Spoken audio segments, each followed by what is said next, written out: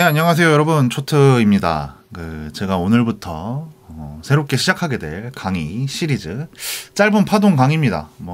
개인적으로는 이거를 짤파강 이렇게 불러주셨으면 좋겠는데 그거는 짧게 해주시고, 어쨌든 저는 이제 매매를 하는 데 있어서 이제 엘리어트 파동 이론이라는 기법을 활용합니다. 여러 가지 기법들 활용하시죠. 추세선을 본다든지 RSI를 사용한다든지 각자 개인적으로 사용하는 여러 가지 기법들이 있을 텐데, 저 같은 경우에는 앞으로 이제 제가 유튜브를 하면서 제일 기본이 될 이론이 이 엘리어트 파동 이론입니다. 엘리어트 파동 이론. 엘리어트 파동.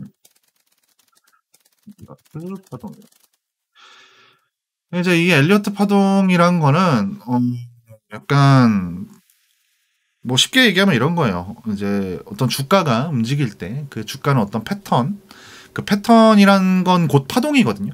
파동을 이루면서 이제 나타나고, 그 파동이 일반적으로 이제 5개의 파동 뒤에 3개의 조정 파동이 나타나는, 약간 5개로 오르면 3개로 떨어진다. 약간 이런 것에 기반하는 이론이에요. 그래서 이걸 개발한 사람은 이제 랠프 넬슨 엘리어트라는 사람이 만들었는데, 이 사람에 대해서는 딱히 알 필요가 없습니다. 이제 누가 만들었는지는 중요하지 않고, 이제 현대 사회에서, 현대 이제 이 트레이딩 세계에서 이제 굉장히 많이 활용된다라는 건데, 이제 이게 엘리어트 파동이 좀 어려워요. 어떤 부분에서 어렵냐? 이게 엘리어트 파동 이론을 좀 안 좋아하는 사람들 입장에서는 이거 그냥 그림 때려 맞추기 아니냐라고 말하는 사람들이 되게 많아요. 사실 그게 반은 맞고 반은 틀린데, 기본적으로 엘리어트 파동 이론은 어떤 주가의 움직임, 그 주가의 파동이 어떤 특정한 패턴을 항상 지킨다라는 조건을 가지고 얘기를 해야 되거든요. 그러니까 기본적으로 예를 들면은 제일 쉬운 게 5개로 올라가면 3개로 떨어진다. 이거가 기본이죠, 제일. 근데 이것만 가지고는 사실 실제로 매매를 할 수가 없어요. 왜냐하면 추후에 계속 배우겠지만, 이제 엘리어트 파동이 자기 유사성을 띠거든요. 이게 무슨 말이냐? 예를 들면 5개로 올라갔다고 쳐. 그럼 그 5개 안에서도 5개와 3개가 계속 반복이 돼요. 그래서 이런 거를 어느 정도 본인이 좀 주관적인 해석을 넣어서, 이거는 이제 이런 파동이다, 저거는 저런 파동이다, 이거는 조정 파동이다, 이거는 임펄스 파동이다, 이런 식으로 좀 어떤 기준에 의해서 내가 파동 카운팅을 확정을 하고, 그 확정된 카운팅 속에서 이 다음에 어떻게 진행될 것인가를 예측하는 과정이 함께 수반이 되어야 됩니다. 그러니까 이를테면은 어떤 파동이 이렇게 진행됐다 칩시다. 노란색이라 좀 눈이 아프실 수도 있는데 색깔을 좀 바꿔볼까요? 이런 색으로 바꾸겠습니다.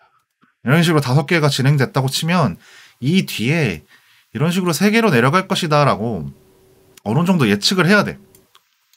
요거.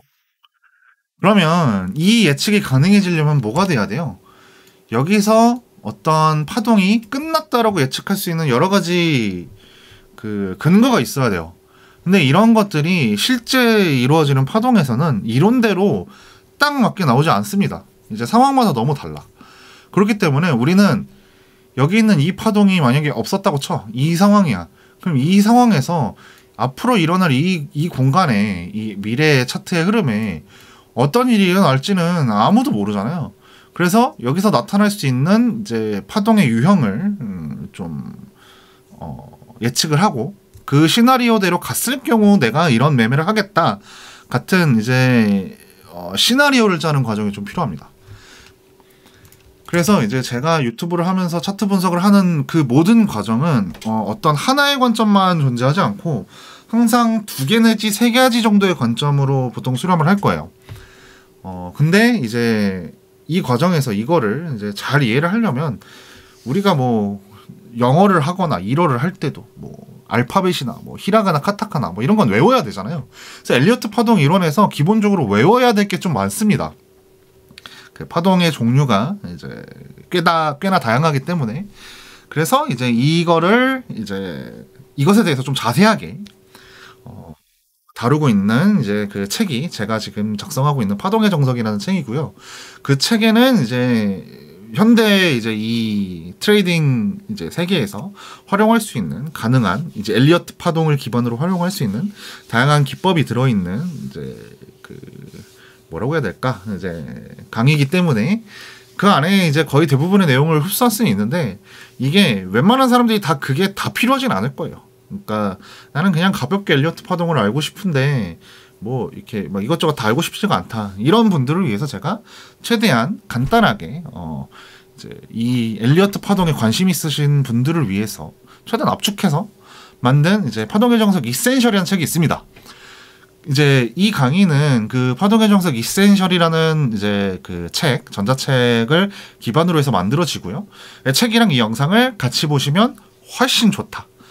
라고 이해해 주시면 되겠습니다. 그 전자책 신청하는 방법은 제가 이 밑에다가 잘 적어놨기 때문에 그 영상을 참고해 주시고요. 아무튼 오늘부터 우리는 엘리어트 파동에 대해서 배워볼 겁니다. 엘리어트 파동에 대해서 배워볼 건데 일단 이제 그 엘리어트 파동이 어떤 식으로 이제 이루어지는지 이것에 대해서 기초를 알 필요가 있어요. 그래서 오늘 첫 번째 그 시간으로 이제 엘리어트 파동이란 뭔가, 그러니까 엘리어트 파동을 배우기 위해서는 어떤 걸 알아야 되는가 이 두 가지에 대해서 좀 한번 알아보겠습니다. 자, 첫 번째는 그래 좀 쓰면서 합시다 우리. 1번 엘리어트 파동이란 무엇인가? 요 주제입니다. 엘리어트 파동이란 무엇인가? 뭐 아까도 이제 이 영상 서두에 간단하게 말씀드렸지만 엘리어트 파동은 파동 이론은 이제 몇십 년 동안 그 주가를 그 사람이 다 분석을 했어요.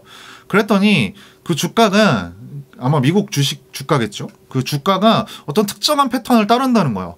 근데 그 특정한 패턴이 어떤 식으로 만들어지는가 봤더니 어떤 파동이 이제 올라갈 때는 이런 식으로 5개로 올라가고 이 5개가 올라간 뒤에 그 뒤에 3개로 떨어진다. 이런 이론이에요.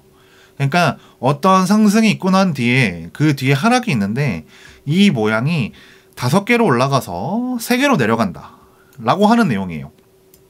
근데 이게 그 주식이나 뭐 코인 같은 거 이제 매매 차트 좀 보신 분들 특히 엘리어트 파동을 좀 뭐 공부해서 활용을 해보려고 하신 분들이 대부분 느끼는 건데 이 엘리어트 파동이라는 게 사실 이대로 다 나오지가 않아요. 그러니까 뭐 이론적으로는 5개의 이제 상승 파동이 나온 뒤에 이제 3개로 떨어진다고 하는데 내가 이제 보고 있는 그 차트가 어떤 위치인지 정확하게 알기가 어려운 문제가 있어요. 이게 왜 그러냐? 이제 이 이론을 만들어낸 분도 말씀해 주신 게 그 랠프 넬슨 엘리엇이라는 사람이죠. 그 사람이 이제 이 파동이라는 거는 어떤 사이클이 있다. 그러니까 되게 엄청 큰 대형 사이클에서부터 그 파동의 작은 파동, 세부 파동의 이제 사이클이 있다. 그것들이 이제 각자 자기 유사성을 띠면서 이제 반복이 된다. 약간 이런 게 있어요. 그래서 뭐 예를 들면은 이게 지금 내가 본 파동이 이건데 이게 뭐 예를 들면은 더 큰 파동에 뭐 예를 들면은 뭐 밑에 1파가 나왔고 2파가 나왔고 3파가 나왔고 4파에 뭐 이런 식으로 가는 걸 수도 있고 이거를 알 수가 없어. 그러니까 내가 처음부터 그러니까 이 파동이 시작한 시점부터 쭉 카운팅을 해온 게 아니면 이제 이걸 알 수가 없어요. 그래서 이거를 내가 뭐 이 세상에 이제 있는 자산이 얼마나 많습니까? 뭐 주식의 종류가 굉장히 많은데 기본적으로 그런 어떤 가격들을 최초로 시작할 때부터 다 카운팅해서 온다는 건 좀 무리가 있어요. 그래서 대략적으로 내가 이 보는 뷰가 어느 정도인지 좀 주관적인 해석이 좀 들어가야 합니다. 어떤 파동은 이제 큰 파동이 있고 그 큰 파동에 작은 파동이 있고 그게 계속 반복된다 라는 것만 기억해 두시고 넘어가면 됩니다. 그래서 이거를 그냥 제가 뭐 책에도 간단하게 써놨는데 이제 엘리어트 파동이라는 거는 이제 어떤 자기 유사성을 띈다 이거예요. 그래서 뭐 예를 들면은 여기 있는 이제 1번 파동 있죠. 이 첫 번째 파동이 이제 내부적인 구성 요소로 이 5개를 만들고 이 5개 안에서 또 여기서 5개, 3개, 5개, 3개, 5개, 3개 이게 반복된다. 이것만 이해하시면 됩니다. 그래서 엘리어트 파동은 기본적으로 이렇게 반복되는 파동의 성향을 가지고 있다 라고 생각하시면 됩니다. 그래서 우리는 이제 이 엘리어트 파동 이론을 활용해서 이 차트에다가 그림을 그리는 행위를 파동 카운팅이라고 합니다. 파동 카운팅.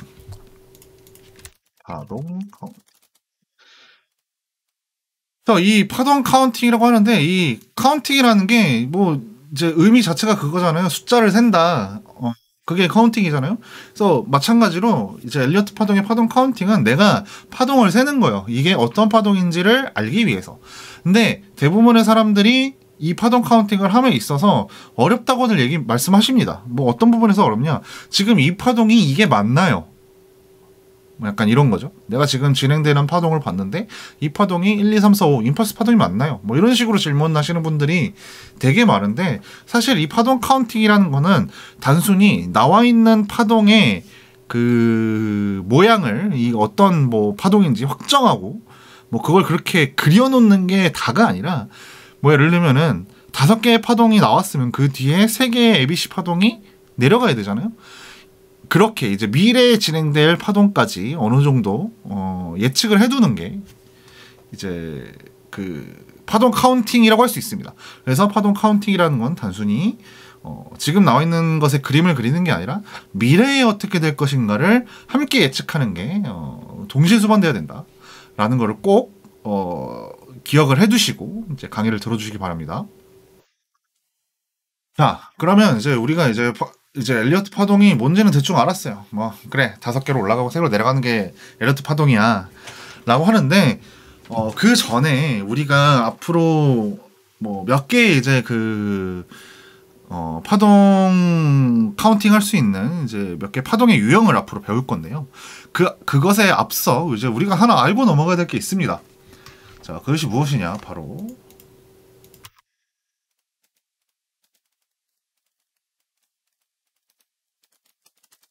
피보나치 되돌림입니다.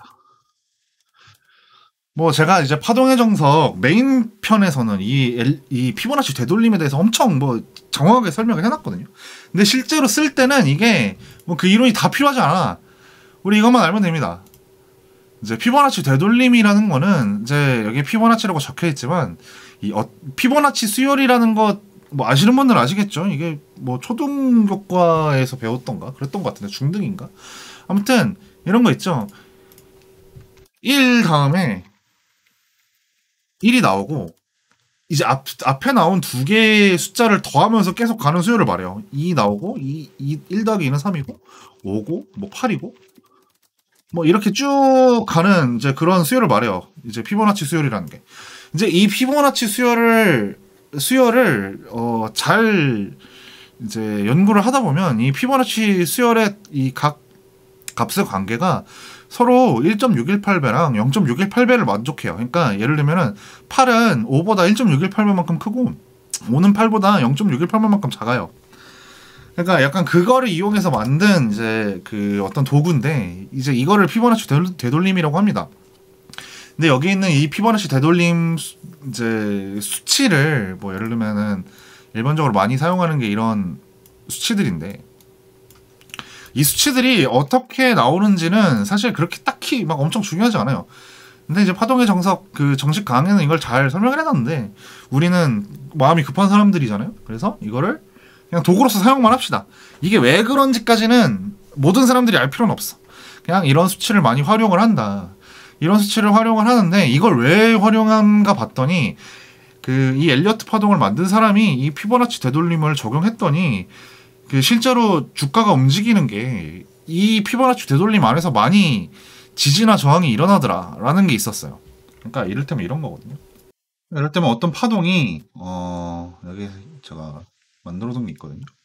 한번 보시죠. 어떤 파동이 이제 바닥에서부터 고점까지 진행이 됐는데, 이 진행된 파동이 보면 여기 보면 0.618이죠. 이제 여기서부터 여기까지 진행된 이 파동이 이제 눌림을 이후에 줄 때, 이 눌림이라는 거는 뭐 조정, 그러니까 가격이 오른 다음에 하락하는 걸 말합니다. 그걸 눌림이라고 하는데, 이 눌림을 줄 때 이 피보나치 되돌림 수치에서 멈춘다는 거예요. 여기서 보면 0.618 부근에서 멈췄죠. 이런 경우가 많다 이겁니다.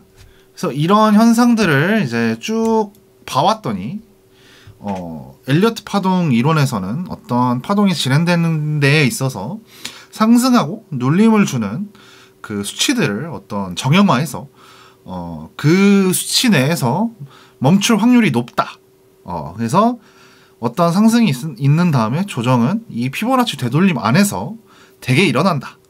약간 이런 겁니다. 그래서 우리는 도구로서 이 피보나치 되돌림을 꼭 활용을 해야 돼요. 왜냐? 이제 내가 어떤 상승 파동을 봤어. 이제 잠시 이거 다 지우고.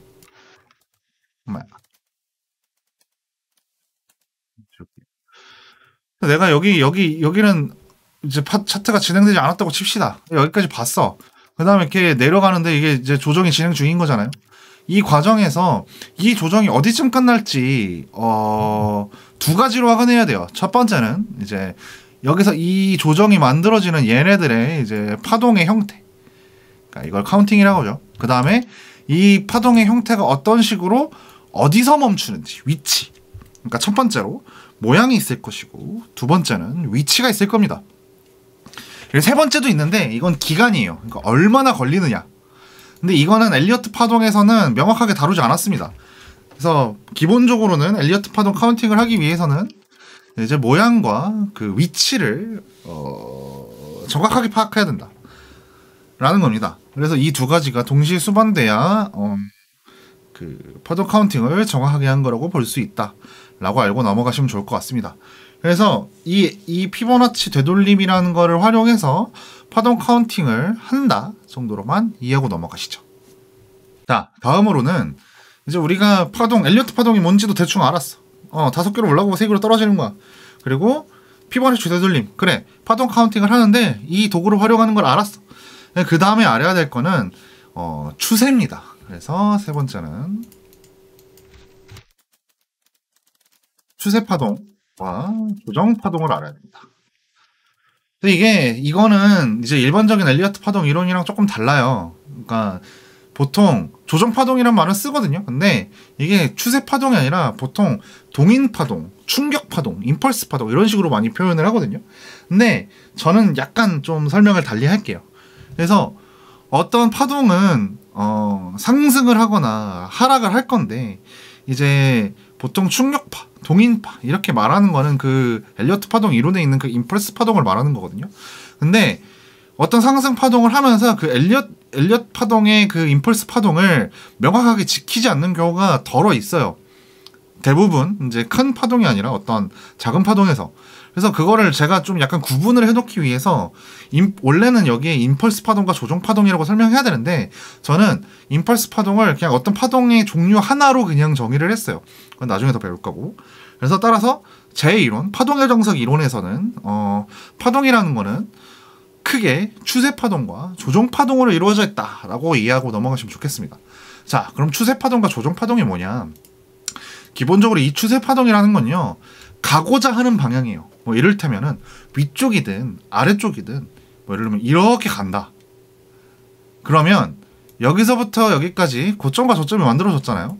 그러면 조정 파동은 이 사이에서 나타나요. 무슨 말인지 이해되시죠? 이제 가령 이제 올라가는 게 아니라 떨어지는 추세다. 떨어지는 추세다. 그럼 고점과 저점이 여기 형성이 됐죠. 그럼 여기서 만약에 조정을 주면 이 안에서 일어날 겁니다. 요 안에서. 이게 추세 파동과 조정 파동을 규정하는 이유예요. 왜냐? 이제 우리가 엘리어트 파동의 파동 카운팅을 이제 사용하는데 뭘 사용한다 그랬죠? 피보나치 되돌림을 사용한다 그랬죠? 그래서 이 피보나치 되돌림을 활용하기 위해서는 내가 어떠한 하나의 파동이 진행되는 걸 확인을 하고 거기서 눌림을 얼마나 줄 것인가에 대한 거를 알아야 된다 그랬어요. 근데 이거를 내가 어떤 파동이 하나가 마무리됐다는 걸 확인을 했을 때 이 피보나치의 고점과 저점을 대는 요거 있잖아요. 요거는 항상 이 추세 파동에 대줘야 됩니다. 그래서 이 추세 파동을 내가 확인했다면 여기서 얼마나 눌림을 주는지 요걸 확인하고 이런 곳에서 매매 대응을 하는 겁니다. 아시겠죠? 그래서 그러면 초트님, 그러면 뭐 추세파동, 조정파동 하지 말고 그냥 상승파동, 하락파동 이렇게 얘기하면 안 되나요? 라고 하는데 이게 추세는 위쪽으로도 존재할 수 있고 아래쪽으로도 존재할 수 있어요. 근데 기본적으로 엘리어트 파동 이론은 기본적으로 모든 자산은 우상향한다. 그러니까 상승하는 방향으로 간다라는 이론, 그 전제를 가지고 설명한 이론이거든요. 근데 우리가 사실 매매라는 거는 내가 시작하는 시점이 다들 다르잖아요. 그러니까 이렇게 크게 보면 이렇게 전반적으로 상승하고 있어도 안으로 들어가면 이 안에서 오르고 내리는 거를 이렇게 반복할 수도 있어요. 그러면 나는 매매를 할 때 이 큰 걸 보는 게 아니라 이 작은 세부 파동에 또 이런 파동을 보고 매매를 한다 라고 했을 때 그 작은 파동 하나하나의 추세와 조정을 확인할 필요가 있습니다. 따라서 추세 파동이라는 거는 위쪽 방향이든 아래쪽 방향이든 어떤 가는 방향을 뜻해요. 그래서 이를테면 위로 가는 방향의 조정 파동으로 칩시다. 아니, 추세 파동으로 칩시다. 위로 가는 방향의 추세 파동이라고 하면 위로 갈 때 이 추세 파동은 항상 5개로 나타납니다. 그 다음에 이 추세 파동의 5파동이 완성된 뒤에 이제 그 뒤에 하락은 3개로 나타날 겁니다. 그래서 추세 파동의 기본적인 성질은 5개의 파동으로 이루어져 있고 조정 파동의 기본적인 성질은 3개의 파동으로 이루어져 있다. 이 반대도 마찬가지입니다. 파동이 하락하고 있어요. 그러면 이 하락 파동이 추세 파동, 하락 추세 파동이라면 아래로 5개를 그리면서 내려갈 것이고요. 이제 올라가는 것도 조정으로서 3개로 나타날 겁니다. 이런 이제 파악이 필요해요. 그래서 추세의 방향을 확인하고 그 추세의 방향대로 5개의 파동이 나오고 그 5개의 파동을 조정하는 3개의 파동을 발견하는 것. 이게 엘리어트 파동 카운팅의 시작이라고 볼 수 있습니다. 그래서 우리는 기본적으로 이런 내용들을 이해하고 이후에 세부적인 파동 내용에 대해서 좀 배워볼 거예요. 그래서 오늘은 여기까지 이제 설명을 좀 드리고 오늘 있는 내용을 잘 알고 계셔야 이후에 진행될 엘리어트 파동의 세부적인 파동의 유형들을 배우고 이제 어떤 상황에서 어떤 식으로 카운팅하면 좋을지에 대해서 배워볼 겁니다. 자, 오늘 강의는 여기서 마치겠고요. 이 강의가 좋았다면 구독, 좋아요 눌러주시고 제가 지금 이제 그 무료 전자책도 배포를 하고 있으니까 그 하단에 이제 무료 전자책 받는 방법 확인해 보시고 많은 관심 부탁드리겠습니다. 자, 그러면 오늘 여기서 마치겠습니다. 감사합니다.